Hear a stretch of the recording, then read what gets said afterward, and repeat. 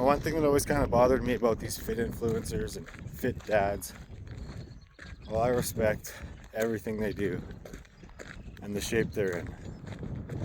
Most of them just didn't have the before picture that looks like mine. It looks like they've kind of always been in shape, and maybe they have and maybe they haven't, but it's just something that I couldn't relate to because I wasn't starting from fit. I was starting from overweight, out of shape, and I was just trying to figure out as I went, and because of that I just convinced myself that fitness was hereditary. For most of my life I thought people were just born different and that they had better genetics. They just enjoyed working out and they just had something that I didn't have. I was never the fit guy. I was never the guy taking my shirt off at the beach. So instead of changing my habits, I just made excuses and told myself that fitness wasn't for me.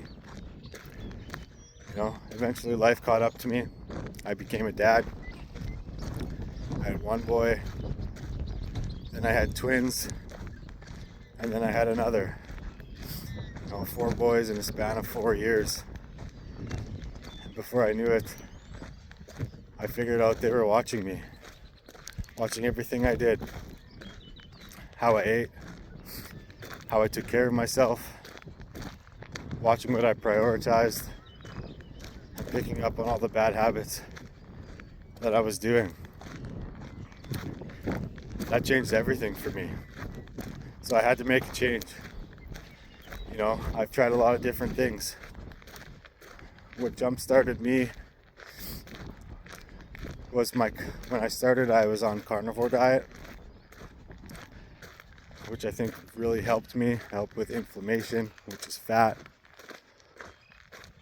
I started feeling better, my brain fog went away. I experimented with fasting, started researching how the gut directly affects the brain and controls everything within your body: mental health, mood, energy. I paid attention to how foods made me feel, and some things worked and some things didn't. But every step taught me something and moved me forward. Looking back at it now, it wasn't just some kind of diet or a workout or a supplement. It was consistency. I started prioritizing protein. I walked more. I started moving my body. Doing all this at 4 a.m. Stopped looking for shortcuts. I started doing all of these boring things over and over again and creating better habits.